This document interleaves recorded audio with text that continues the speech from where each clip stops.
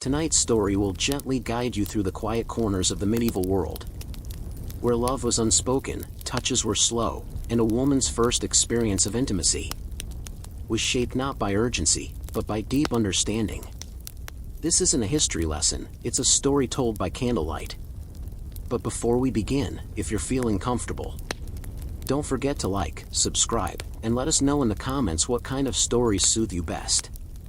Now, take a deep breath, and let's begin. The fire's glow danced gently across the stone walls of the chamber, warming the air with its slow, steady rhythm. Shadows played among the folds of thick woolen drapes, and the scent of dried lavender drifted softly from the rush-strewn floor. Outside, the last sighs of evening whispered through the narrow windows, pressing against the glass like a secret eager to be let in.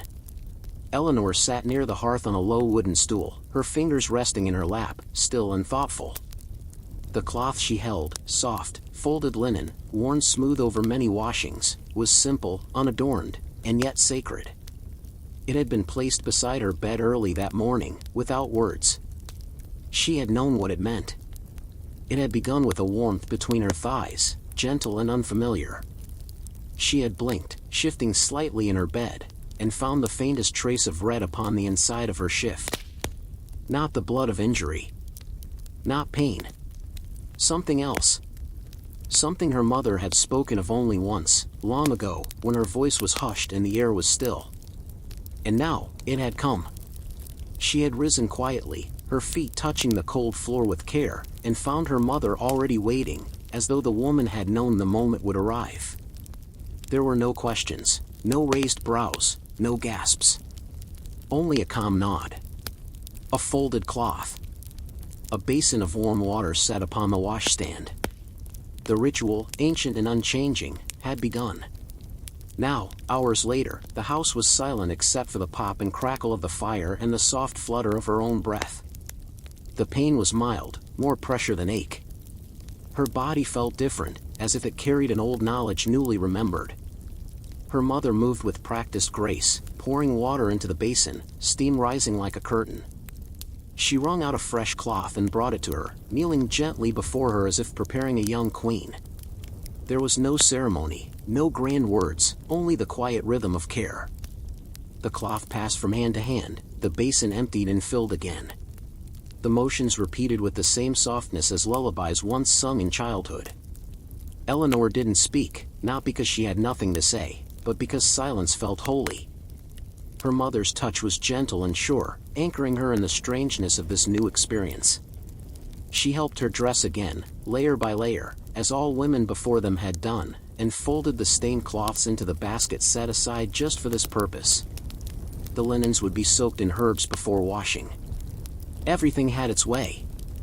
Sitting once more before the fire, Eleanor felt something stir in her. A quiet pride, not of vanity, but of belonging.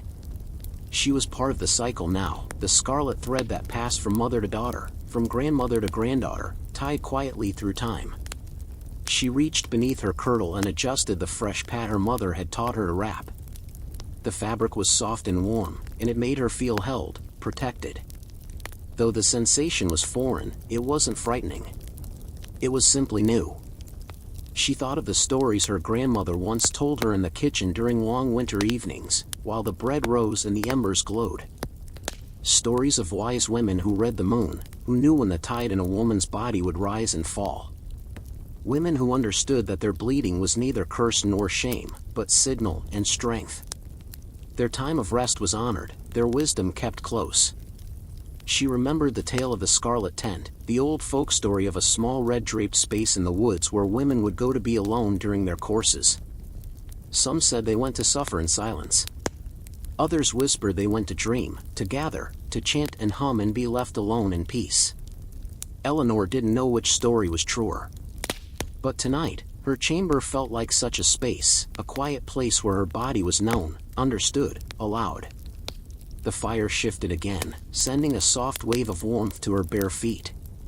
She curled her toes against the rushes and breathed deeply, letting the weight of the moment settle into her bones. A small cramp pulsed low in her belly. She pressed her hand there, not to resist it, but to listen. And then, slowly, she began to hum. It was a sound without words, one her body seemed to know. A tune from somewhere older than memory. Her mother, sitting now in the corner with her knitting, glanced up and smiled, saying nothing. Outside, the wind was fading. The candles on the mantel burned lower, their flames drawing in like the last breath before sleep. The house, once so full of chores and chatter, had become a womb, dark, warm, still. Eleanor pulled the blanket over her shoulders and let her eyes fall shut. The gentle ache in her belly pulsed like a second heartbeat. The warmth of the fire wrapped around her. The cloth held her. And somewhere deep in her heart, she knew she would bleed again. She would wrap and fold and soak and tend. And one day, perhaps, she would kneel before a daughter of her own and pass the cloth from hand to hand. But not tonight. Tonight, she would rest. She would drift like a petal into the soft cradle of sleep, wrapped in stories older than any book, swaddled in the quiet rituals of womanhood. The fire faded. The wind sighed once more. The room exhaled.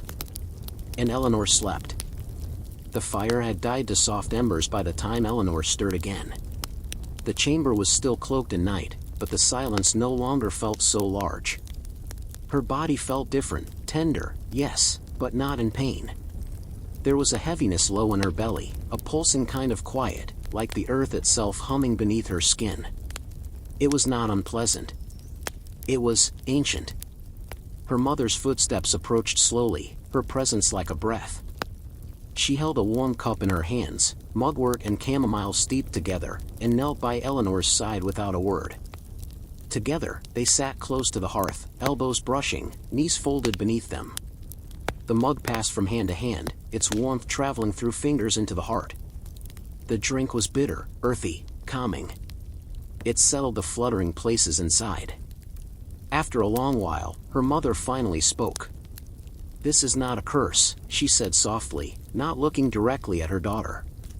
"Some will tell you otherwise. That it is shameful. Dirty. A punishment for being born a woman." She paused, her voice steady as her fingers toyed with the hem of her apron. "But those who came before us, they knew better. This, and here, her hand lightly tapped Eleanor's belly, this is your rhythm now. It does not belong to shame. It belongs to life." Eleanor sipped slowly.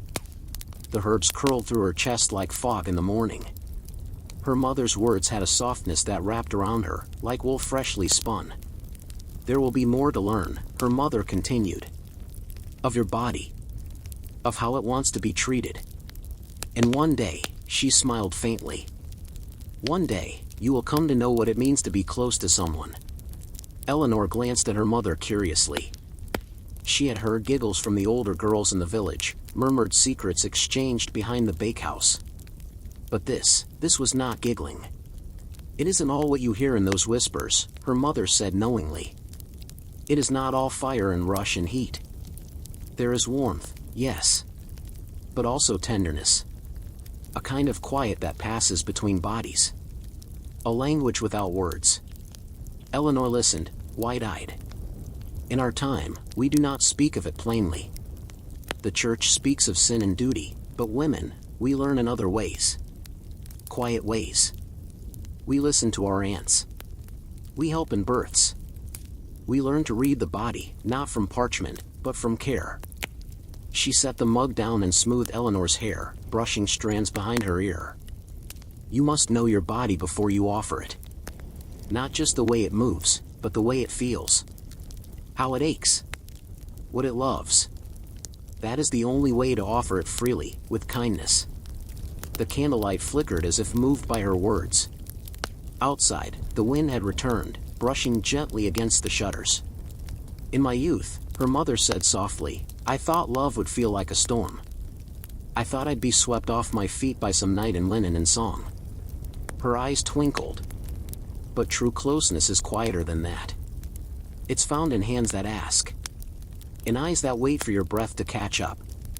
In someone who listens when you whisper no."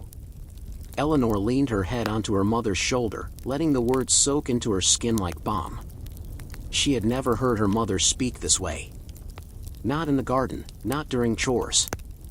This was not a tale from the village, nor a warning. It was a gift. There are things we do, her mother continued, not because they are commanded, but because they are shared. When two people come together, their hearts must meet first. Their laughter. Their silence. Then the body follows. A pause, long and gentle. Your time has begun, she said. There is no rush. Let your heart grow slowly. Listen to it. Honor it. The right time will come, and when it does, your body will know. And you, my darling, will know how to care for it. The words folded into the air like soft feathers. No lesson had ever felt this kind. This personal. This rooted in something more than rules. Eleanor breathed in the warm air between them. Her belly still ached, but not with fear. With awareness. Her body was no longer a stranger. It was hers. She remembered the basin. The cloth. The silence. The hum. And now this, a story spoken like a secret between fire and night. The story of herself. Of women. Of closeness. The candle on the sill guttered low. Her mother pressed a final kiss to her hair and whispered, "Sleep now, little heart." And as Eleanor settled back beneath her covers, the warmth of the mug still blooming in her chest, she knew something had changed, not just in her body, but in the way the world would speak to her from now on. She smiled, closed her eyes, and drifted. The morning was soft and gray when Eleanor woke. The shutters were still drawn, letting in only a pale wash of light.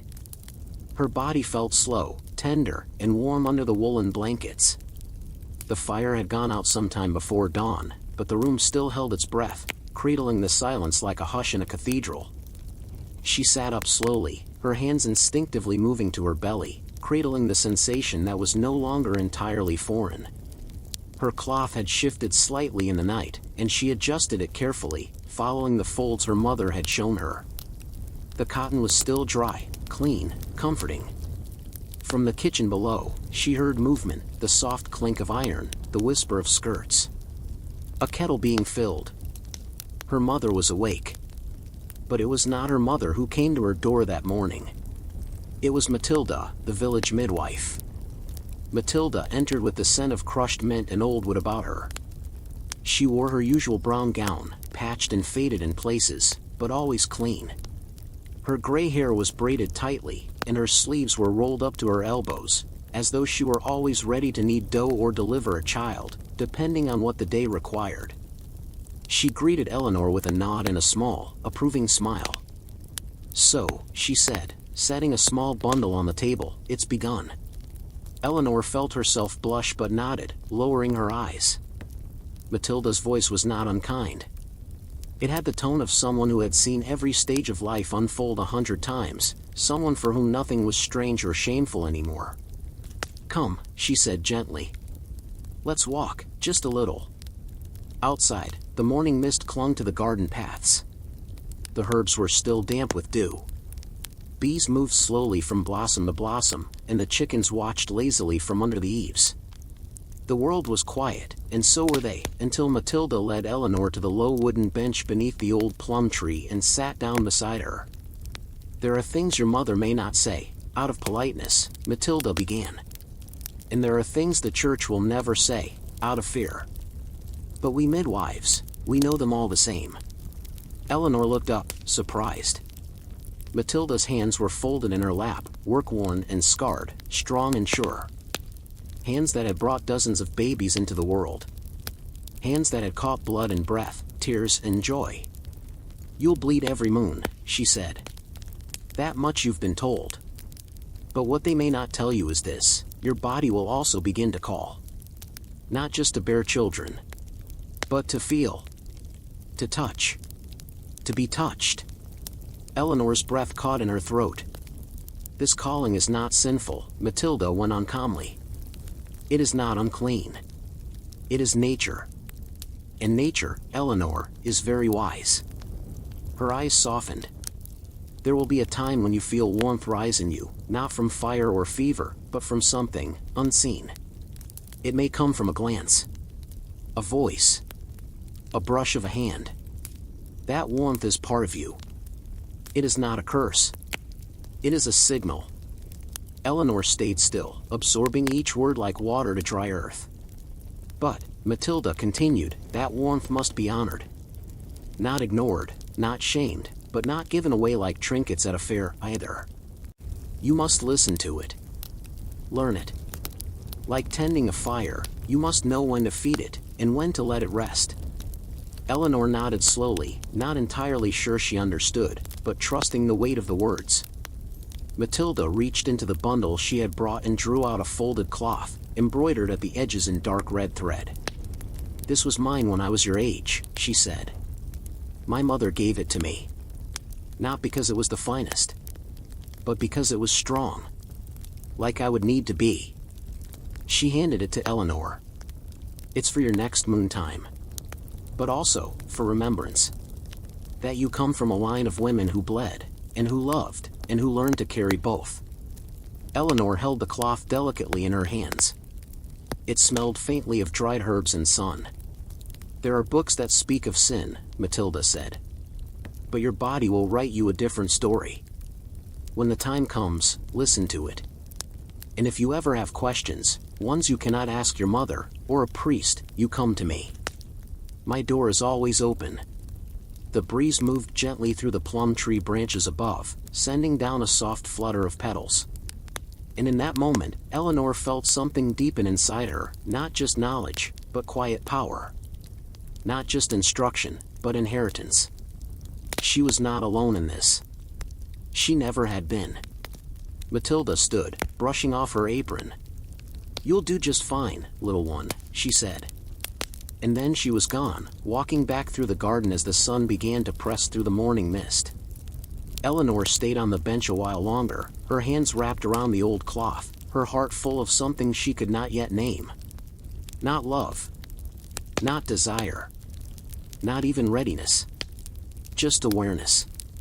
And that, she thought, was a beautiful place to begin. The sun had risen fully now, pushing warm light through the slats of the shutters. Eleanor had returned to her room and opened the wooden window, letting in the breeze that carried scents of rosemary and morning bread from the hearth below. She sat at the edge of her bed, the embroidered cloth from Matilda folded neatly beside her. In her lap was a small book of prayers, her mother's, lent to her that morning with a faint, quiet smile. But Eleanor's eyes did not rest on the holy verses. Her mind wandered elsewhere, drifting on the thread of the midwife's words. About touch. About fire. About closeness and choice. It stirred something soft and deep inside her, something she could not yet speak aloud. Later that afternoon, after helping to spin flax by the fire, Eleanor went out to gather mint from the herb garden. That's where she heard the voices, two older girls, sitting beneath the fig tree, speaking in hushed tones that clung to the warm air like perfume. He brushed my sleeve, and I swear my niece turned to milk, one giggled. The baker's boy, the other asked, wide-eyed. Eleanor stopped beside the wall, hidden behind the drying sheets. She didn't mean to eavesdrop, but the sound of their soft laughter, the way they leaned close to one another, made the moment feel like something precious. Their words were half whispers, half sighs. It wasn't like I imagined, said the first girl. He didn't rush. His hands were warm. He asked before he touched. A long pause. I said yes. The two fell into silence, the kind of silence that isn't empty, but full. Eleanor stood very still, her fingers brushing the tall mint stalks. There was something beautiful in what she'd just heard. Not shame. Not scandal. But gentleness. That evening, Eleanor found herself alone in the loft, sorting dried lavender into bundles for winter storage. She breathed in its scent, letting it calm her thoughts. And then she remembered the old wooden chest in the corner of the loft, one that had belonged to her aunt before she married. Inside were old handkerchiefs, ribbons, dried rose petals, and at the very bottom, letters. Folded tightly. Bound with faded string. With slow fingers, Eleanor untied the knot and opened the first one. The parchment was yellowed, the ink faded, but the words were still full of breath. My heart leaps each time I see your braid, tucked behind your ear like moonlight against bark." Eleanor read slowly, reverently. The letters spoke of glances in the chapel courtyard, of hands brushed while exchanging bread, of kisses stolen behind the coop. They were sweet, innocent, full of longing that was soft, not burning. She felt her chest tighten in a way that wasn't pain, it was a kind of ache that sat beside the heartbeat. Not sorrow. Not even desire. Just the gentle weight of wondering. What would it be like to be seen like that? Not stared at, not judged, but seen. With care. With curiosity. She tucked the letters back where they belonged and tied the string once more, holding them to her chest for just a moment before replacing the lid. At supper, her mother hummed as she ladled stew into wooden bowls, and Eleanor sat quietly, watching the steam curl upward like invisible stories. The warmth of the letters lingered in her, curling around the midwife's teachings, the whispered garden stories, the soft cloth wrapped between her legs. No one had ever told her what love truly felt like. But maybe that was the point. Maybe it could only be discovered, not taught. And maybe the best part of that discovery was that it could begin in silence, in dreaming, in slow, wondering steps. She watched her father smile at her mother as he passed the salt. A look that lasted only a second, but carried years in it. That, too, was love. A different kind. Eleanor took her first spoonful of stew and let it warm her from within. The aches in her belly were quieter today. Her body was settling, becoming familiar. In her heart was beginning to listen. That night, in the quiet of her room, she lit a single beeswax candle and sat at her writing board. She did not know whom she was writing to, perhaps no one. Or perhaps someone she had not yet met. But the words came, slow and steady. "I do not know what love feels like yet. But I know I want it to be warm. Like tea held in cold hands. Like quiet laughter at dawn. Like being touched only when I say yes. Like something that waits for me to bloom." She folded the note and slipped it into her apron pocket. Not for the world. Not yet. But for herself. The next morning began with the familiar weight of routine. Eleanor woke to the scent of porridge simmering in the pot downstairs, and the faint creak of the barn door being opened to let in the light. Her body still ached slightly, less now, just a gentle tug, but she welcomed the ache, as if it were a quiet teacher reminding her she was changing. Her shift clung faintly to her skin where it had soaked the warm summer air overnight, and she moved slowly, aware of the softness between her legs, the folded cloth now slightly damp, needing replacing. She changed it in silence, just as her mother had shown her. With folded linen, soaked in mint water the day before, dried carefully on the line. The wash bowl waited for her near the window. She warmed her hands at the hearth first, then poured a little hot water into the basin. She washed the stained cloth slowly, dipping it into the water, folding it over itself again and again until the faint hue faded. The water turned dusky pink. She watched it swirl.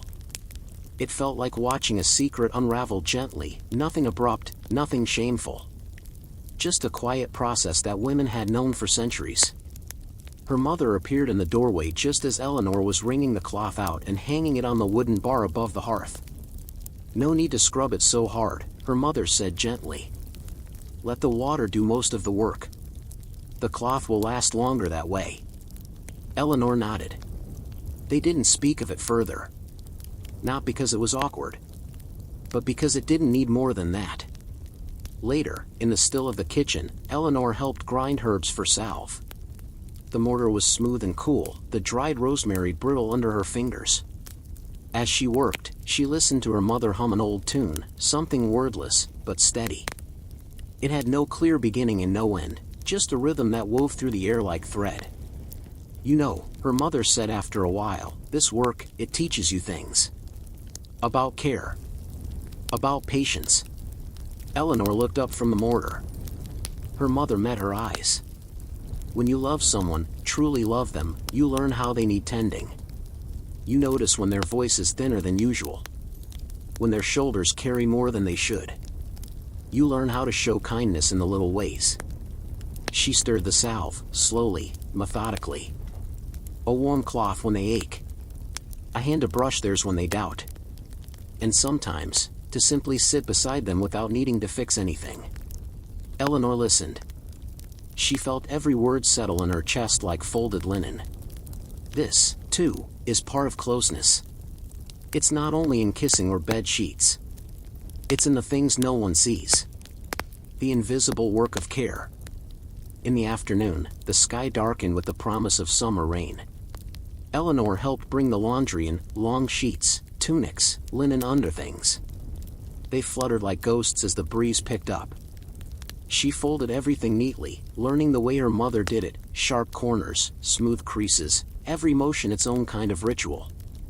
Among the folded pieces were the worn linen cloths she had used in the last 2 days. Her mother didn't separate them from the rest. She folded them just the same. There was dignity in that. That night, Eleanor sat by the hearth alone for a while. She traced patterns in the ashes with a twig and listened to the patter of rain against the shutters. She thought of how the world had begun to speak to her differently. Not in loud voices or bold gestures, but in whispers, in the way her mother folded cloth, in the stories Matilda told without needing a book, in the letters hidden in the loft, in the glance between her parents across the supper table. And it occurred to her that the most sacred things were often taught without a lesson at all. The warmth of the fire rose around her.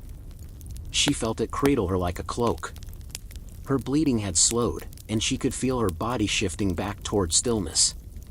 But something else in her, quieter, deeper, had begun to awaken. She thought again of what it meant to one day be close to someone. Not rushed, not taken, not forced. But chosen. Shared. Grown with care. If love was real, she believed, it would look like this. Like a folded cloth. Like a bowl of warm water. Like silence filled with trust. And as the rain fell gently through the night, she let her breath follow its rhythm. She didn't need all the answers yet. For now, it was enough to feel held. The rain had passed by morning, leaving behind a soft, damp stillness. The air smelled of earth and rosemary, and drops of water clung to every leaf and windowsill, glinting in the low golden light like the last words of a prayer. Eleanor rose slowly, feeling lighter than she had in days. Her belly no longer ached. Her body felt cleansed, not just from bleeding, but from knowing that something inside her had shifted. Quietly. Tenderly. And that the world had not changed around her, but within her. She dressed with care, choosing her plain linen gown and soft wool shawl, wrapping it around her shoulders as if she were cloaking herself in memory. Outside, the birds were beginning their usual songs, but to her, their calls felt softer today. Everything seemed slower. Even the way the sun warmed the windows felt more deliberate, as if the whole day had been arranged for peace. She returned to the loft just after breaking her fast, drawn again to the chest where her aunt's letters slept. She did not open them this time. Instead, she sat beside the chest, gazing out the narrow window where dew sparkled on the fieldstones. Her fingers moved gently across the floor, tracing invisible patterns on the wood. She was thinking not only of love now, but of longing. A different kind. The kind that rises from a place beneath words. The kind that hums through the body when one is half asleep, half dreaming. In recent nights, her dreams had shifted. They were not frightening. Not vivid. But they left a warmth behind her ribs. Sometimes, she dreamed of voices calling her name. A hand brushing her cheek. Once, a dream of a figure with no face, standing beside her in candlelight, saying nothing, just standing, offering stillness. In these dreams, there was never urgency. No rushing. No flame. Just breath. Just presence. She didn't know if they were dreams of desire or comfort. Or both. But they lingered like fog in her bones long after waking. That day, she asked her mother if she could go into the meadow. Alone. Her mother nodded, handing her a small satchel of bread and apple slices without question. Eleanor walked the worn path toward the pasture where wildflowers grew, where the bees worked lazily in the clover. The meadow was wide and open, ringed by trees like quiet sentinels. She found a spot beneath a hawthorn tree and sat with her knees pulled up, her skirt tucked beneath her, her back resting against the bark. Here, she let her thoughts wander. She thought of the way her mother looked at her father when she didn't think anyone was watching. She thought of the tenderness in Matilda's voice when she spoke of warmth rising in the body. She thought of the girls whispering in the garden, and the letters folded with care, and the slow, strange comfort of a warm cloth pressed between aching thighs. She thought of her own body. Not just as something changing, but something becoming. She reached down, not to explore, not to awaken, but to feel. To understand the skin there. The shape. The heat. There was no shame. Only curiosity. Her hand rested gently against herself through the cloth. She stayed like that for a while, still and breathing. Her touch was not urgent. It was not meant to ignite anything. It was simply a gesture of presence. Of recognition. This, too, she realized, was part of the path. Not the final steps, not the steps meant to be shared, but the beginning ones, taken alone. Above her, the branches stirred in a gentle wind. Leaves rustled like whispers. A bee passed by her ear and moved on. She did not fall asleep, but something like dreaming overtook her. A warmth, a silence, a soft letting go. And then, from a distance, she heard bells ringing from the chapel tower, calling the village to midday prayer. She opened her eyes, stretched, and smiled. She would go back now. Help knead the bread. Sweep the floors. Fold the sheets. But she would return to this feeling later. Not to the meadow, but to the softness within her. The knowledge that her body belonged only to her. That before it was ever shared, it must be known. As she walked back home, the path winding gently beneath her feet, she whispered something aloud, not for anyone to hear, not even the trees. "I am becoming," she said.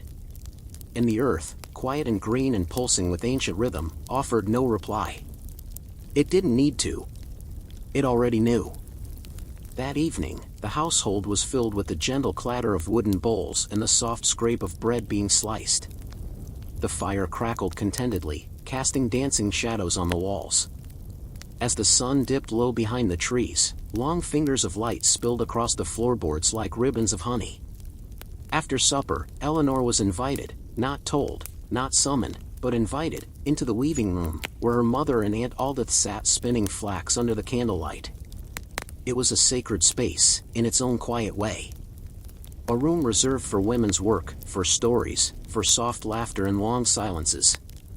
The candles burned low on the mantel, and the spinning wheel turned with a steady hush-hush-hush as Aldith worked the pedal. Her hands moved like water, smoothing and pulling the flax, turning it to thread. Eleanor sat nearby with her own small basket of wool to card. The warmth of the fire, the scent of beeswax and fresh linen, it all wrapped around her like a second skin. "Tell her," Aldith said gently, glancing at Eleanor's mother. "Tell her what?" her mother asked, smiling knowingly, as if the conversation had already begun without needing to begin. "You know." Eleanor looked between them, curious but calm. Her mother set down her work. "She means to tell you the rest. The things not said when there are men about." Eleanor leaned forward, her fingers still. "Some women say nothing before their wedding night," Aldith said. "They step into the chamber with their hearts pounding like battle drums and no idea what to expect." She shook her head slowly. "But you deserve better than silence." Eleanor felt her pulse slow, not with fear, but readiness. Her mother picked up a strip of linen and smoothed it across her lap. "When two people lie together, it is not only skin. It is breath. And rhythm. And care. If done with respect, it does not hurt. Not truly. It might sting at first. Your body will open slowly, like a flower waking." Eleanor's cheeks flushed, but she didn't look away. "There may be blood," Aldith added gently. "Not always. Some bleed, some don't. And it doesn't mean what the men think it does. Purity is not measured in stains." There was no laughter in their voices. Only reverence. It is not just about making babes, her mother said. Though that may come, too. It's also about resting in another's hands and being safe there. Aldith took up the thread. You should never feel pressed. Never feel claimed. If a man does not wait for your yes, your true, rested yes, he does not deserve you. And your no, her mother added, should be received like holy law. They let the silence breathe after that. Only the wheel continued its song. Eleanor looked down at her hands. They were growing stronger. She'd noticed it in the way she could now carry 2 water buckets without spilling. In the way she could braid herbs tighter, sweep faster, knead dough more firmly. Her body was becoming her own. Does it feel good? She asked quietly, not daring to look up. Her mother reached out and touched her knee with a warm, steady palm. It can, she said. When there is trust. When there is slowness. When your body is met with gentleness. Then yes. It can feel like light poured into your chest. Eleanor exhaled. Aldith smiled. And it's not always perfect. Sometimes it's clumsy. Sometimes it's quiet. But with the right person, even quiet moments are golden. The candle flame flickered low, catching the glint of tears in the corners of their eyes. Not sad tears, but the kind that come when truths are spoken gently after waiting too long. They worked a little longer after that. Wool, flax, thread. The old rhythm of women's hands, spinning stories into cloth. And when the time came to say goodnight, Eleanor stood, kissed them both on the cheek, and paused at the doorway. Thank you, she said. Not just for the knowledge, but for the trust. And as she stepped quietly up the stairs, the hush-hush-hush of the wheel followed her into sleep, soft as breath and older than time. The days grew longer, as summer edged toward its full bloom. Bees floated sleepily between the poppies and the garden gate, and the sun poured itself slowly over the rooftops, making the stone walls warm to the touch by mid-morning. Eleanor was gathering elderflower when she first heard the cry, sharp, deep, and very near. It came from the midwife's cottage just past the apothecary garden. She froze, the woven basket still in her hands. Another cry. Shorter this time. But not frightened. Just powerful. She knew what it meant. Childbirth. Words spread quickly in the village, though no one said much aloud. As was custom, only women came to the midwife's door that morning. They arrived slowly, 1 or 2 at a time, bringing cloths, boiled water, mint for the breath, and prayers tucked quietly between folded hands. Eleanor's mother handed her a small covered pot of steeped raspberry leaf tea. Take it to Matilda, she said. She'll know what it's for. Eleanor nodded and slipped on her cloak, though the air was warm. Something about the task made her feel small, but not in a bad way. In a sacred way. She walked to the midwife's cottage, her footsteps muffled by the soft grass path. When she arrived, the door was slightly ajar, and a low hum could be heard within. The sound of effort. Of life being coaxed into the world. Matilda met her at the doorway, her hands dusted with herbs, her sleeves rolled high. Her eyes were tired, but kind. Good, she said softly, taking the pot. She's strong, this one. Eleanor hovered, unsure whether to leave or stay. Come, said Matilda. But only just inside. She stepped into the low stone room, lit by candles and the dim summer light spilling through the window. The scent of lavender water filled the air. On a straw-stuffed mattress near the hearth, a young woman lay with her knees drawn up, her brow glistening, her breath rising and falling like a tide. 3 older women worked quietly around her. One wiped her face with a damp cloth. Another whispered close to her ear. The third knelt at her feet, murmuring something only she and the child would hear. Eleanor stood just near the doorway, heart thudding, unsure why her eyes had filled with tears. It wasn't fear. It was awe. Everything here was women's work. Not just the pushing and the pain, but the wrapping of cloths, the steady hands, the whispered encouragement, the bowls of herbs and murmured prayers. In that room, women leaned on each other. Held each other. Sang without voices. This, Eleanor realized, was also where love lived. Not the kind in books or behind the mill house, but the kind that held you when you couldn't hold yourself. The kind that stayed through sweat and tears. The kind that caught you when you fell, not into arms, but into a new life. A long cry filled the air. Then silence. Then another sound. High, sharp, wet, and bright. A baby's first breath. The room exhaled as one. Matilda reached for clean cloth, already moving. The others worked like dancers who had done this step 100 times. All grace. No rush. Eleanor stepped backward into the threshold, heart full, breath quiet. Matilda turned and nodded. Go now, child. That's enough for today. Eleanor didn't need to be told twice. She stepped back into the light, her hands shaking a little, not from fear, but from having witnessed something too large for words. She walked home slowly, the world softer than before. Every tree, every cloud, every hen scratching in the dirt seemed blessed. She couldn't explain why. Only that something inside her had been shown the truth of things. That women's work was not small. That pain could be a kind of offering. That the body, even in its breaking, was holy. That evening, as she helped her mother hang the last of the linens, she finally asked the question that had been resting on her tongue. Were you afraid, she said, the first time you gave birth? Her mother looked at her with quiet eyes. Afraid, yes, she said. But not alone. And that makes all the difference. Eleanor looked down at her hands, remembering the strength of the midwife, the sweat on the mother's brow, the way everyone knew their place without needing to speak. She hoped, someday, when her own time came, if it came, that she, too, would be surrounded by such stillness. Such care. Such ancient, whispered knowing. The stars began to peek through the dusk sky. And Eleanor, barefoot on the cool stone, whispered a thank you into the wind, for the child born, for the hands that helped, and for the body that was slowly becoming her home. The village green shimmered gently in the midsummer sun.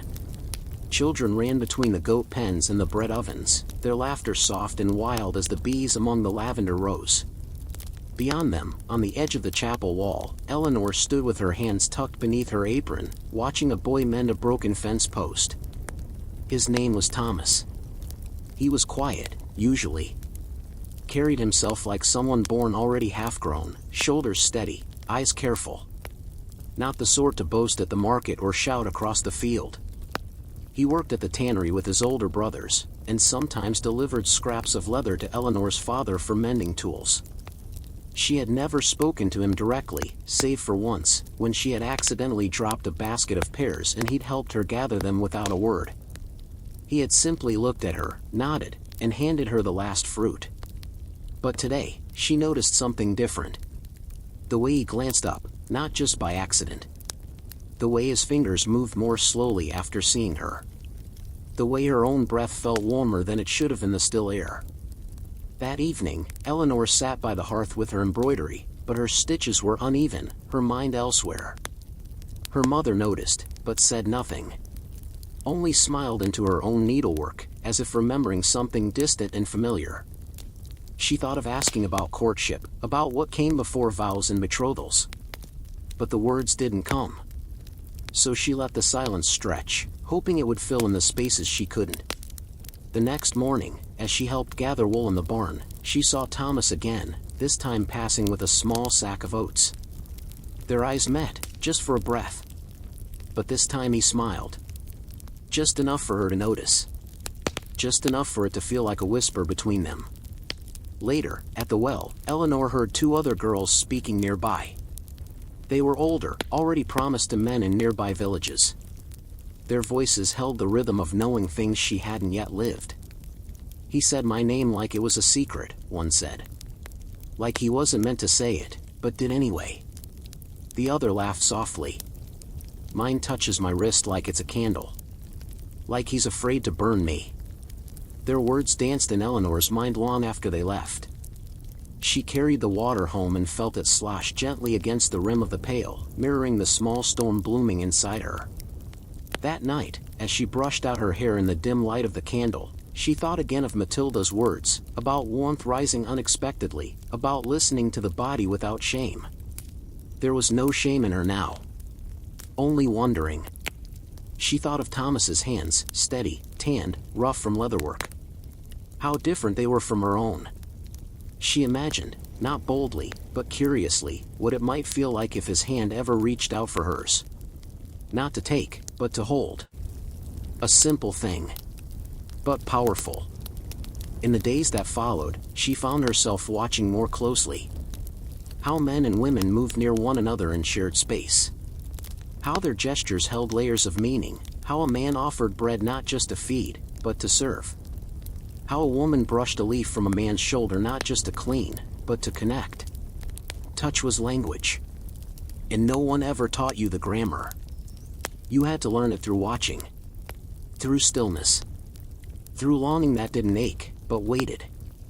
Eleanor kept her thoughts folded up inside her like the old letter hidden beneath her bed. Not to be read aloud. Not yet. But cherished. Sometimes, at night, she imagined walking beside someone in silence. Nothing more.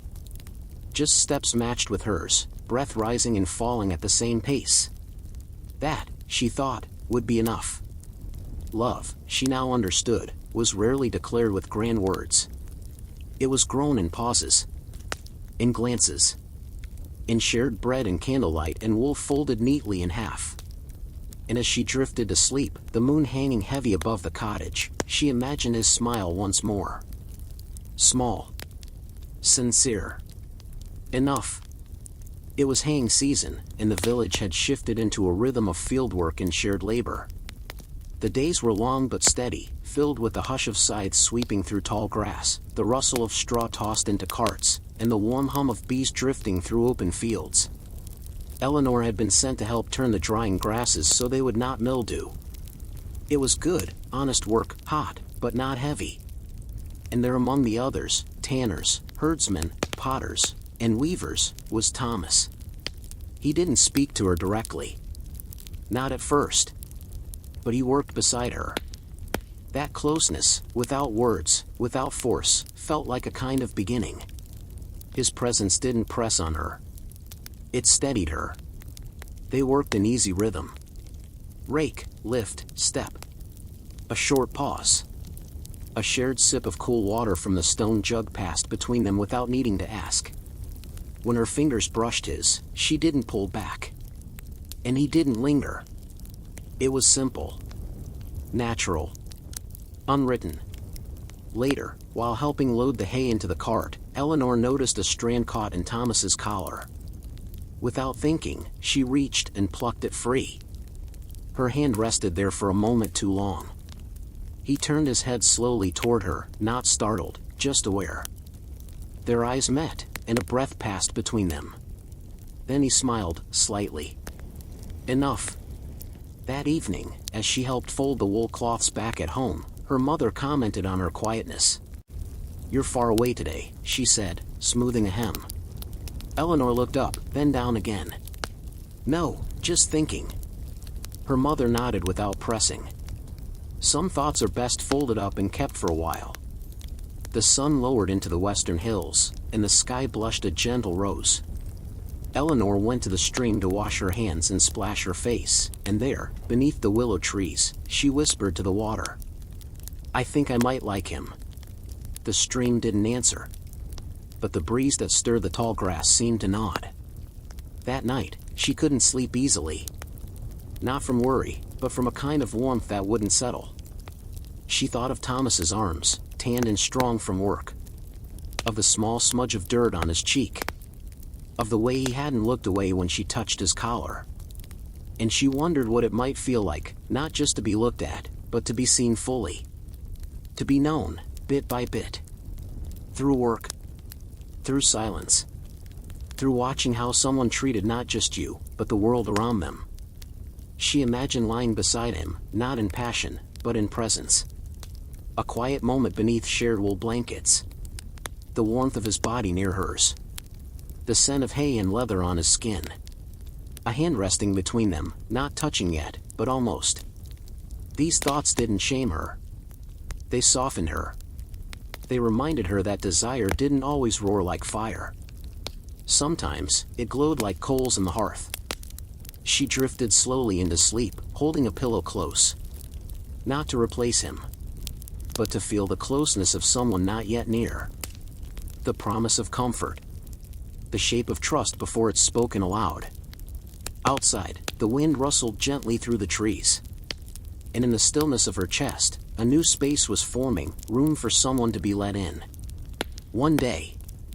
But not yet.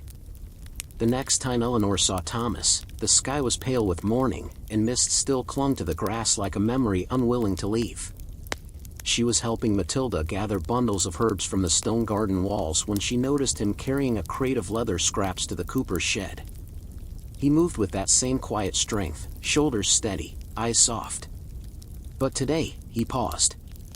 And then, unexpected, unforced, he spoke. "Do you like sage or mint for tea?" he asked. Not hello. Not anything grand. Just that. Eleanor blinked at the question, the simplicity of it catching her off guard. She felt the corners of her mouth curl. "Mint," she said, "but only fresh." He nodded once, thoughtful. "Good." He didn't say more. He turned and continued toward the shed, boots crunching softly along the pebbled path. But something had shifted. He had spoken. And more than that, he had asked something just for her. Not for the kitchen. Not for her family. But for her. That afternoon, the air was thick with heat, and the well was busier than usual. Villagers passed water buckets between them with slow hands and tired backs. Eleanor waited her turn quietly. When she looked up from her pail, she found Thomas across the square, holding a small bundle wrapped in linen. He walked toward her, not quickly, not boldly. Just deliberately. He handed her the bundle. Inside was a sprig of mint, still wet from the stream. A single gesture. She met his eyes and smiled softly. "Thank you," she said, barely above a whisper. Again, no words followed. He only nodded and stepped back. But something in her chest pulsed like light beneath skin. Later, when she sat by the window and steeped the mint in warm water, she thought about what it meant to give someone a moment. A leaf. A glance. A space to feel seen. There was no rush between them. No plans. But she had never felt safer than in that stillness. That evening, she joined her mother and Matilda in the candlelit sitting room. They were mending worn linens and rubbing balm into tired joints. Sometimes, her mother said softly, "Love comes like thunder." But more often, it arrives like tea leaves in warm water. You don't notice the change until everything is tinted with it. Eleanor looked down at her fingers, still holding the edge of the linen cloth. "I think I'm starting to notice," she whispered. Matilda chuckled. "Then steep it slow. Let it take its time." No one said his name. They didn't need to. That night, Eleanor dreamed of soft footsteps on warm grass, of hands brushing past one another over a cup, of silence so comfortable it felt like music. She woke with the dream still wrapped around her like a shawl. And in her heart, there was no fear, only breath. Slow. Even. Like the rhythm of someone sleeping beside her, even though she still slept alone. The bathhouse at the edge of the village was small and plain, just a single stone room fed by hot springs from the hill, its roof low and wooden, its walls covered in moss where water kissed the stones. It smelled of lavender and damp earth, and the air was always heavy with steam. Eleanor had been there only once before, long ago, as a child too small to remember clearly. But now, at the quiet suggestion of Matilda, she was invited to return, not as a helper, but as a woman. They arrived at dusk. The sky a soft gray violet, stars barely beginning to stretch awake. A group of older women were already within, sisters, widows, mothers, each comfortable in their skin, their bodies folded in the warmth like bread resting after baking. The heat hit Eleanor like a sigh as she stepped inside. Her cheeks flushed. Not from embarrassment, but from the sudden closeness of skin, so many bodies, naked and unashamed, their curves and scars held in the candlelight like old stories. Matilda led her to the edge of the bath. They undressed slowly, folding their gowns beside the cedar bench, moving as if each motion were a sacred rite. Eleanor slipped into the water, her breath catching slightly as the heat wrapped around her like velvet. No one stared. No one whispered. Everyone moved with ease, passing cloths, pouring water down each other's backs, massaging rosemary oil into aching shoulders. This, too, was part of womanhood. Matilda handed her a smooth stone and gestured to her legs. Rub gently. The skin listens. Eleanor obeyed, her hands slow and unsure at first. But the rhythm came, small circles, soft sweeps over her knees and calves and thighs. She watched how the older women cared for one another. One gently cleaned her sister's back. Another combed damp hair with patient fingers. The air was full of laughter, but never too loud. A kind of peace hung between them. Later, Matilda leaned toward her and spoke in a low, steady voice. "There are places on the body made for joy," she said. "Not just for men to find, but for us, too. You must never wait for someone else to grant you permission to know them." Eleanor felt her cheeks grow warm, but not from shame. Matilda touched her own chest lightly. "Here. And here," she said, brushing across her belly. And here, her hand dipped beneath the water between her legs, just for a breath. "Your own hands can teach you things no one else can." Eleanor didn't answer. She only nodded slowly. "There's no sin in curiosity," Matilda added. "The body is not wicked. It is wise." The bathwater lapped gently around them. Somewhere in the distance, a nightingale began to sing.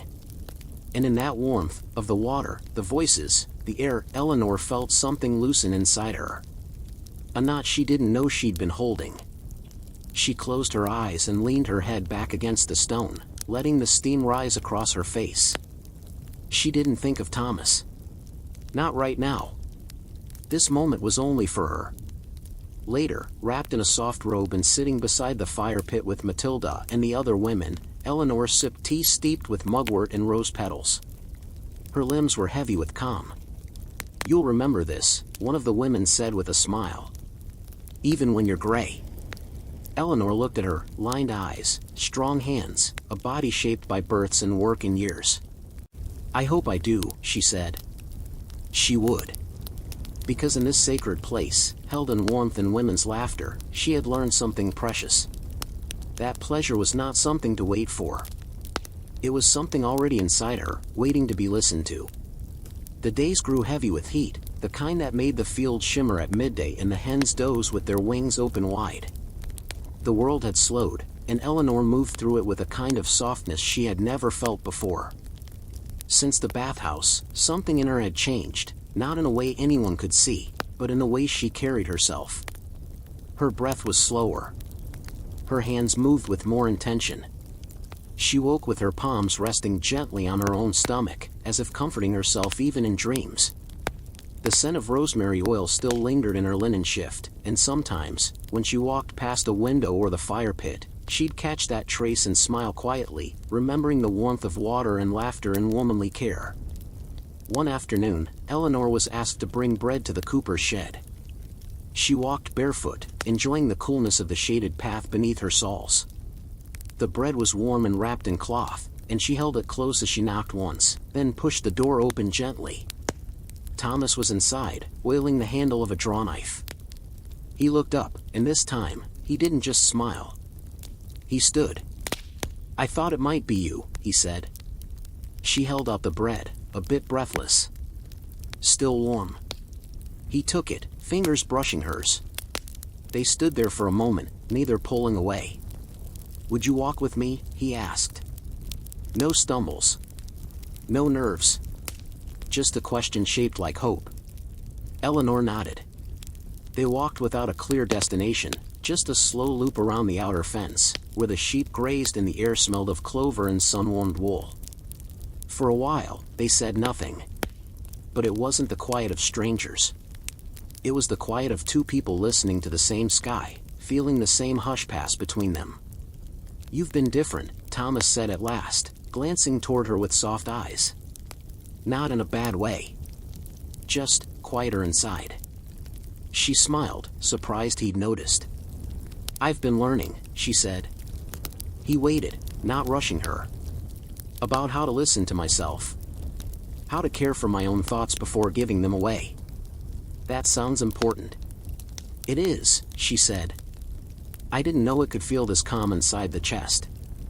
They stopped at the edge of the field, where the grasses grew taller and the sound of insects filled the air like soft chimes. Thomas bent to pick a strand of dried yarrow and held it out. "For your basket," he said. She took it gently, tucking it into her apron. "I don't need a reason to like you," he said, almost shyly. "But I'm glad there are reasons all the same." Her breath caught, not in fear, not in surprise, but in the recognition of something beginning. "I don't know yet what I want," she whispered. "But I think I want it slowly." Thomas nodded. "That's the only way I'd ever want it." They didn't touch more than that. But when they returned to the village, side by side beneath the sloping light of early evening, Eleanor felt something new between them. Not urgency. Not longing. But a root growing under the surface. A trust taking shape. The days stretched longer still, the air turning golden in the evenings.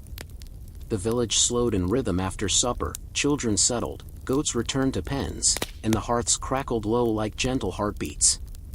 That evening, Eleanor found herself near the stream again, the one that curved behind the elder trees where the reeds grew tall and the water ran cool even in high summer. She hadn't planned to meet Thomas there. But he was already sitting beneath the willow, waiting, not as if expecting her, but as if content in the quiet, should she happen to arrive. When she approached, he looked up and smiled without standing. She sat beside him, tucking her skirts under her knees. They didn't speak right away. The wind moved through the branches above, whispering in soft, leafy sighs. Crickets chirped. The stream murmured. "I like it here," she said. He nodded. "Me too. It's like time folds over itself." They sat close, but not touching. Her hand rested on the earth beside his. Their pinkies brushed now and then, unintentionally. Or maybe not entirely unintentionally. "You can touch me," she said suddenly, quietly. "If you want." He turned to her, not rushing, not assuming. His voice, like always, was soft. "Are you sure?"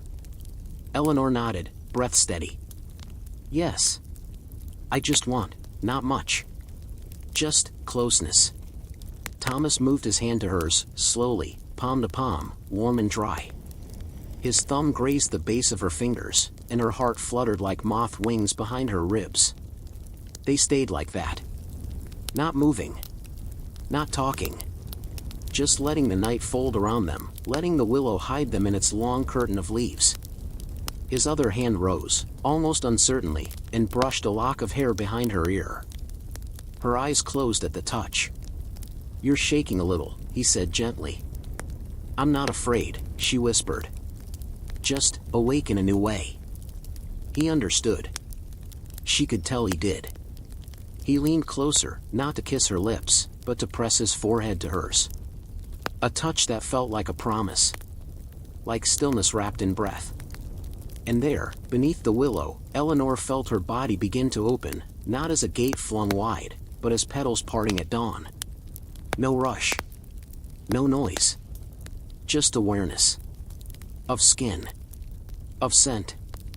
Of safety. His hand moved lightly to her waist, then rested still.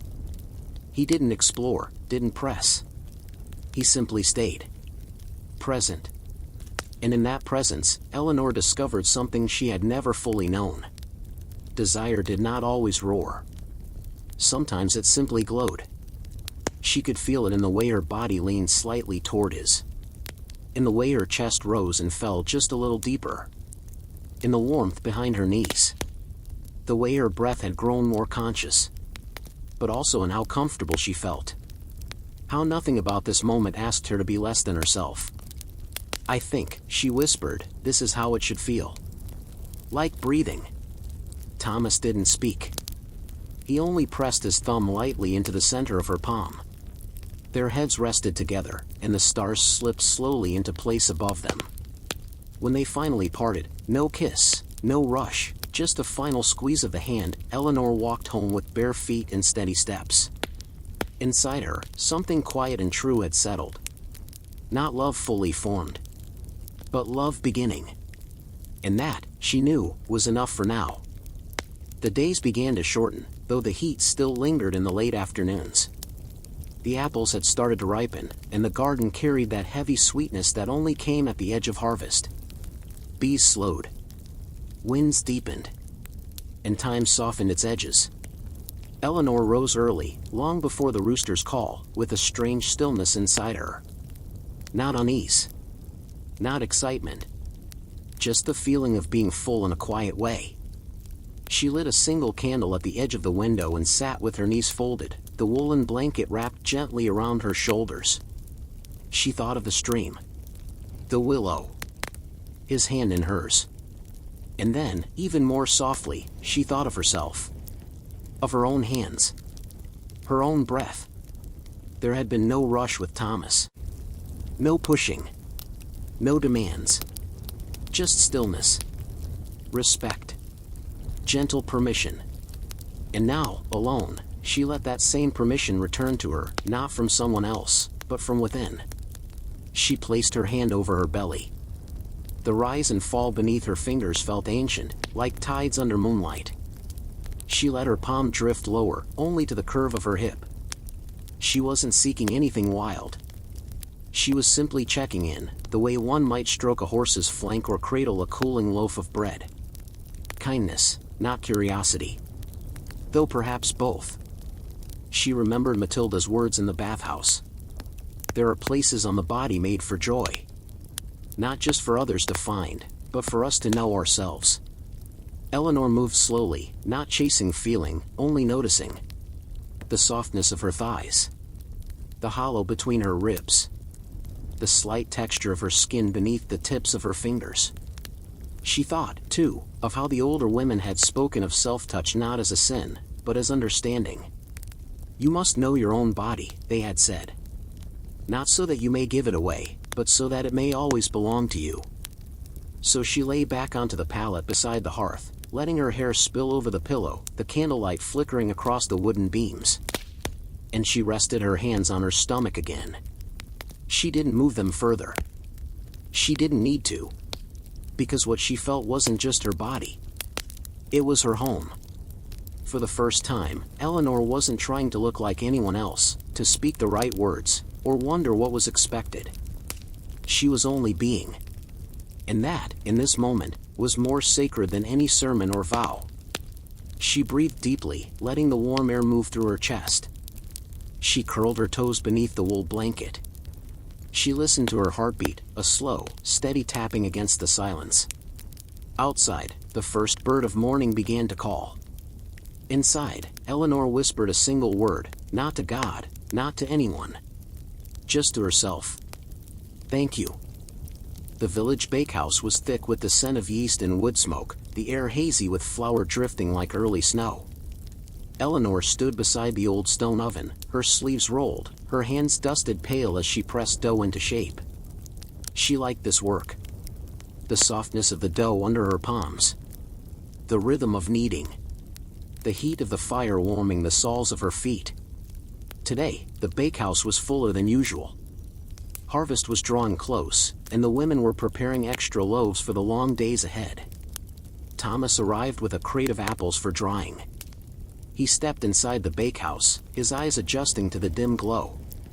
When he saw Eleanor, he smiled, but didn't approach just yet. He placed the crate down near the bench and greeted the other workers with quiet nods. It was only when the others turned back to their kneading that he moved closer to her. "You've got flour on your cheek," he said, his voice hushed. She smiled. "I like the way it feels. Like I've done something that matters." He reached up with a gentle finger, brushing the smudge away, not roughly, just enough to make her cheek tingle. His hand lingered for only a breath. "Making bread always matters," he said. "It's the heart of everything." That afternoon, they were asked to carry a stack of finished loaves to the elder widow's cottage near the forest's edge. Eleanor lifted the basket, and Thomas offered to walk with her. The path was shaded by tall birches. The birds were quiet, as if even they had paused to watch something unfold. They didn't speak much, just small remarks about the weather, the way the apples were early this year, the shape of clouds that looked like lambs in the sky. But as they walked, their hands brushed. Once, twice. Then, his hand found hers fully, and she did not pull away. They continued like that, fingers laced loosely. No squeeze. No promise. Just warmth. At the cottage door, Eleanor knocked. The widow greeted them kindly and welcomed them in for a cup of warm cider. They sat at her table, sipping slowly. The old woman watched them both with a knowing glint in her eye. When Eleanor stood to stretch her back, the woman whispered to her gently, "He's a patient one. Keep him close." Eleanor only smiled in return, cheeks flushed. On the walk home, Thomas stopped near the edge of the pasture. He looked down at their hands, still twined together. "You feel familiar," he said. "Even though we've barely spoken properly." She looked up at him. "Maybe it doesn't take many words when the body already listens." He brought her hand to his lips, not a kiss full of heat, but a reverent press of skin to skin. And in that simple moment, Eleanor felt something flutter low in her belly. Not because she was claimed, but because she was seen. When she returned home that night, her fingers still tingled. She lay in bed, listening to the hearth crackle, the wind shift, the quiet sounds of a world holding its breath. And in the hush before sleep, she imagined his hands, not urgent or demanding, but calm and warm. The way he touched her only when she offered. The way he waited. This was not the kind of love that shouted. It was the kind that stayed. The sun had barely dipped below the horizon when the village square began to stir with the soft bustle of evening gathering. It was time for the harvest supper, a quiet celebration, not grand, but rich with warmth, and bread and bowls of thick stew passed hand to hand. Tables were brought out beneath the trees, candles set in clay holders along the wood. Laughter hummed through the cool air like a lullaby, and the smell of roasted barley and honey lingered between every step. Eleanor arrived with her mother and Matilda, carrying a crock of baked beans and slices of spiced bread. The sky had turned a pale gold, and the first stars blinked overhead. She wore a woolen shawl around her shoulders, not because it was cold, but because it felt like something to hold on to. Thomas was already there, stacking logs near the edge of the fire pit. When he saw her, he didn't wave. He simply looked at her for a moment longer than was necessary, then smiled. That was enough.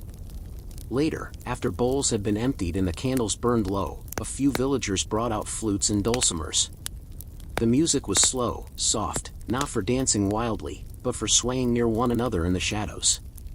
Thomas approached her then, as gently as he had approached everything else in her life.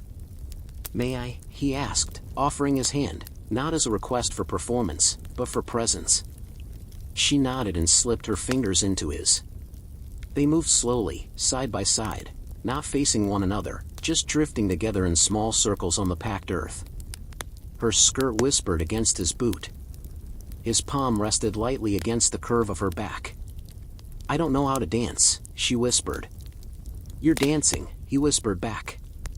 The music lulled them into stillness. The only movement was their breath and the way their bodies tilted slightly toward each other. It wasn't a moment of decision. It was a moment of knowing. Later, long after the others had left for home, Eleanor remained by the fire. Thomas stayed too, sitting across from her, elbows on knees, staring into the coals. "I like the way you look at things," she said, breaking the hush. "How do I look at them?" "Like you're listening to them," she replied. "I am." Silence again. Then, his voice, so quiet she almost missed it. "I think I've loved you since the first time you dropped those pears." Eleanor smiled, remembering the moment. Her hands, clumsy. His hands, steady. The single pear passed between them like a secret. "I didn't know love could begin with pears," she said. "It begins everywhere," he answered. She moved to sit beside him, not across. Their shoulders touched. Not heat. Not spark. But glow. She rested her head on his arm, and he leaned gently toward her. Their fingers twined again, not just for warmth, but for grounding. The fire cracked. The night deepened. The stars hung low and heavy. And Eleanor thought, not of what might happen next, or how far this might go, but of how safe it felt to just be here. With him. With herself. With the night holding them both. The moon hung low and full, pale as milk, and the wind moved slowly through the reeds like breath in a sleeping room. Eleanor stood in the doorway of the cottage, candle in hand, the wax dripping lazily along the side. Her hair was loose, brushed carefully by Matilda's hands earlier that evening, its scent carrying traces of lavender and rosemary. Outside, Thomas waited beneath the ash tree. He did not knock. He had said only that he would be nearby, if she wanted him to be. She stepped down the stone path toward him. Barefoot. Unspeaking. He saw her and rose slowly from where he sat, not reaching for her. Just waiting. "I'd like to walk," she said. "Then let's walk," he answered. They walked beyond the edge of the village, past the row of sheep pens, through the meadow that sloped softly toward the woods. Fireflies blinked like tiny candles, and the earth beneath their feet held the day's warmth. No one else was near. Only the stars and the hush of sleeping things. Eleanor stopped beside a fallen tree trunk, its bark softened by time. She turned toward Thomas, heart steady but full. "Would you lie beside me?" she asked. He didn't answer with words. He only removed his cloak and laid it down over the moss, then settled onto it. She joined him, her body just close enough that she could feel his breath, not yet his skin. The air between them was velvet. They didn't touch, not right away. Instead, they listened, to the wind, to each other's breath, to the quiet hum of awareness pulsing in their limbs.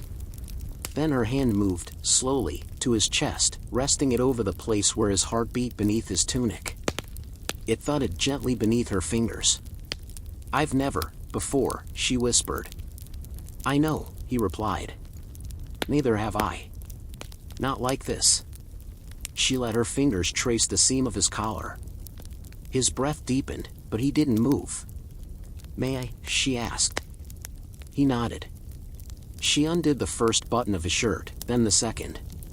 Not all of them. Just enough to reveal his collarbone, the gentle hollow where his neck met his chest. She placed her lips there, not in heat, but in wonder.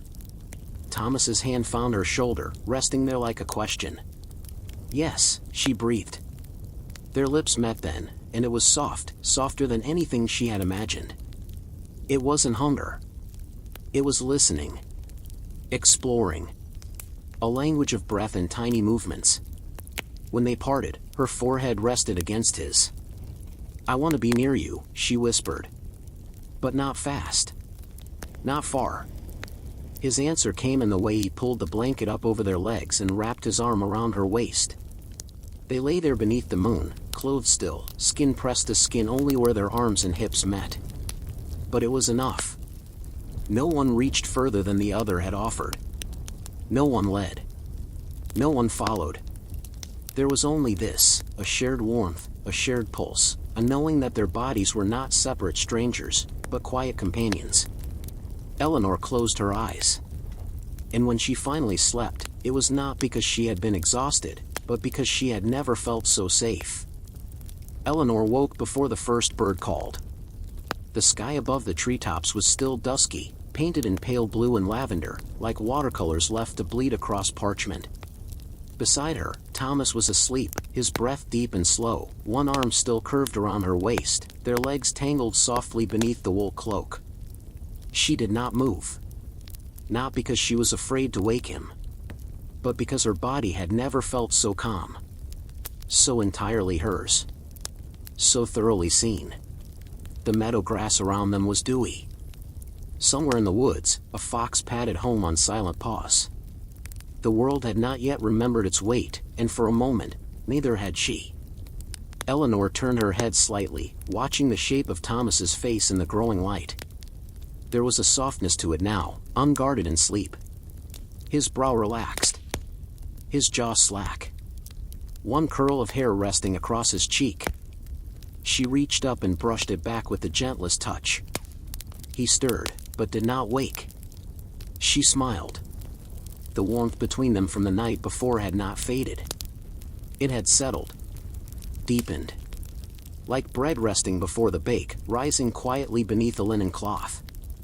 No one had crossed any forbidden threshold. No garments had been hurriedly removed. There was no rush toward heat. Only the decision to be close. To breathe together. To learn the rhythm of touch before the weight of it. This, she thought, is what no one tells young women. That intimacy begins long before skin. That the body needs time to unfold. That love can grow like moss, soft, slow, and quiet, wrapping itself gently around the stone of one's life. As the light crept further over the meadow, Thomas's eyes fluttered open. He didn't speak right away. He only looked at her, expression easy and quiet. "Did you sleep?" he asked finally. She nodded. Better than ever. They stayed like that for a while, no need to rise, no need to name what had passed between them. It had not been something to capture or confess. It had been something shared. "I like waking up beside you," he said. Eleanor's fingers traced the hem of the cloak. "It doesn't feel wrong. It doesn't feel like anything but peace." She thought, then, of all the stories she had overheard in the village, whispers about what love was supposed to be. Fire. Hunger. Conquest. But this wasn't any of those. It was stillness. It was waking in a body that had been held, not taken. As the first birds began to sing, Eleanor sat up, brushing leaves from her skirt. Thomas rose too, folding the cloak slowly. No kiss. No lingering touch. Only a look. A promise that nothing had changed too fast. That everything had changed just enough. They walked back toward the village in silence. And when they reached the lane where their paths would part, Eleanor placed a hand lightly on his chest. "I'm glad we waited," she said. "We still are," he replied. And they were. Even as they drifted apart for the day, their steps found the same rhythm. And the space between them no longer felt like absence. It felt like breath. The days that followed slipped by like silk, quiet, soft-edged, threaded with small rituals and longer silences. Eleanor worked in the garden again, bent low among the onions in time, her fingers cool with soil, her brow shaded by her kerchief. She no longer hurried through tasks. Her hands moved with care, but not caution. Her thoughts wandered gently but stayed close to her skin, as if her very body had become a place to rest in. It was not only Thomas she had come to know better. It was herself. She noticed things differently now, the way the breeze circled the edge of the cottage in the morning, how the firewood crackled a little more in the afternoons, how her own breath deepened when she was truly alone. One afternoon, as the church bell rang the slow hour, Eleanor walked down to the stream where she and Thomas had first sat beneath the willow. The leaves still hung like a curtain, whispering quietly with every breeze. She brought no basket, no book, no bread. Only herself. She stepped out of her shoes and walked into the shallows, letting the water lap at her ankles, then her calves. The coolness climbed her body like a hush. She stood there, still and open, arms by her side, her shift lifting slightly in the current. Her body no longer felt like something to be managed. It felt like something to be known. She thought of her earliest days of womanhood, the confusion, the secrecy, the tightening of the jaw whenever someone mentioned blood or desire or shame. And now, standing here, she felt none of that. She had bled. She had longed. She had been touched. And in none of it had she lost anything. She had gained confidence, calm, connection. She smiled faintly, reaching down to cup a little stream water in her hands. She let it trickle over her shoulders, like an anointing. "I'm not a girl anymore," she whispered. But there was no sorrow in that. Only stillness. Later that day, she passed Matilda outside the cottage, who eyed her knowingly. "You look lighter," the older woman said, half teasing. "I am," Eleanor replied. "Like something settled where it belongs." Matilda gave a warm nod and returned to stirring her pot. That night, Eleanor and Thomas crossed paths near the granary. They did not stop to kiss. They did not need to speak at all. They simply stood close, the backs of their hands touching as they watched the sun slip behind the orchard. After a moment, she turned to him and said, "Thank you for never rushing me." His reply was quiet, "You were never mine to hurry." And in that truth, Eleanor felt her spine straighten. Not out of defense, but out of pride. She had grown not only into desire, but into agency. Into choosing. And that, perhaps, was the quietest and strongest thing love could give. The evening air was scented with rosemary and hearth smoke. Eleanor had spent the day washing linens and grinding herbs with Matilda. Her body was tired, but not in a way that pressed her down. It was a quiet tiredness, a heaviness earned by usefulness. The candle in her window flickered low. The house was still. Thomas knocked only once. She opened the door in silence, and they looked at each other for a long moment. There was no surprise. No question. Only permission. She stepped aside to let him in. Inside, the cottage was dim, lit only by the orange glow of the fire and a single beeswax candle that leaned gently in its holder. Thomas removed his cloak, draped it carefully over the stool. He didn't reach for her. He didn't speak. Instead, he waited by the hearth, warming his hands. Eleanor crossed the room and stood in front of him. She placed her palm on his chest. He rested his own hand over hers. "I'm not asking for more," she whispered. "I just want to feel near." "That's all I want too," he said softly. She led him to the bed, not a gesture of seduction, but of safety. She lay down first, pulling the wool blanket aside. He joined her, fully clothed, the linen between them still cool from the evening air. They faced one another, nose to nose. Their hands found each other beneath the blanket. His thumb traced the inside of her wrist. Her fingers brushed the line of his jaw. No urgency.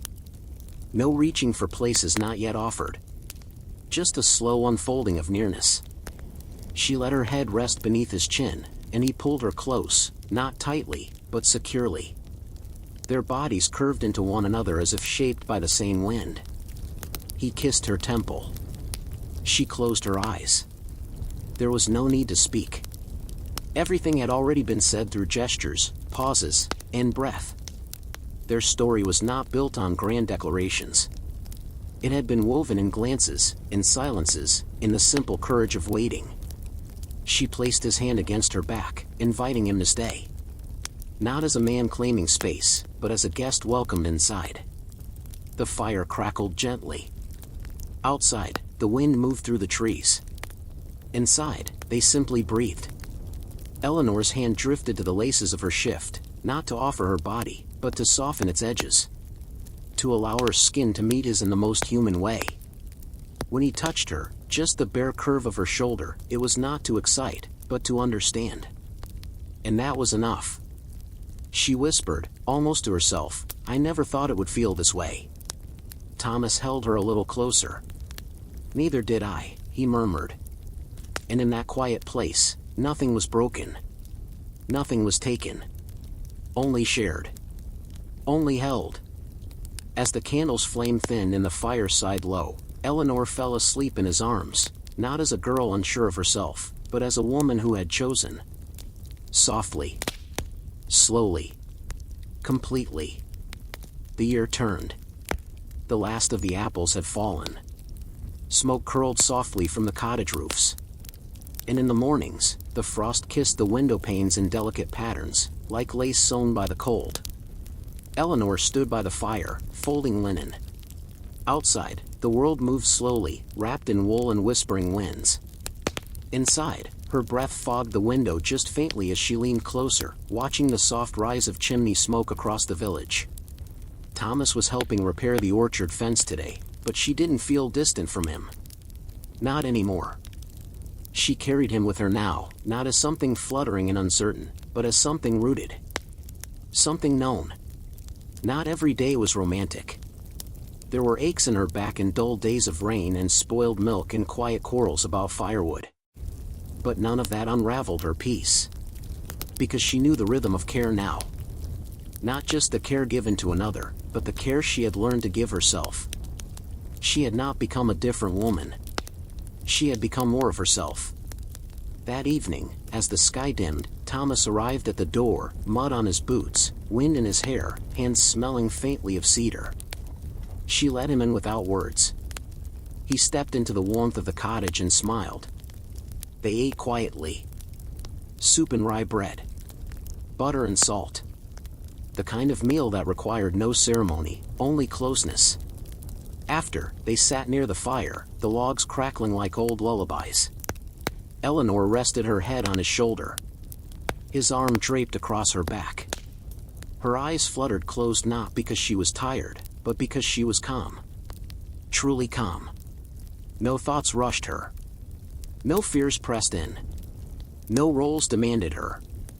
She had spent much of her early life wondering what it meant to give herself to someone. Now she understood. Giving didn't mean losing. It meant offering, with care, with choice, with softness. It meant arriving fully in your own skin, then meeting someone who welcomes that arrival.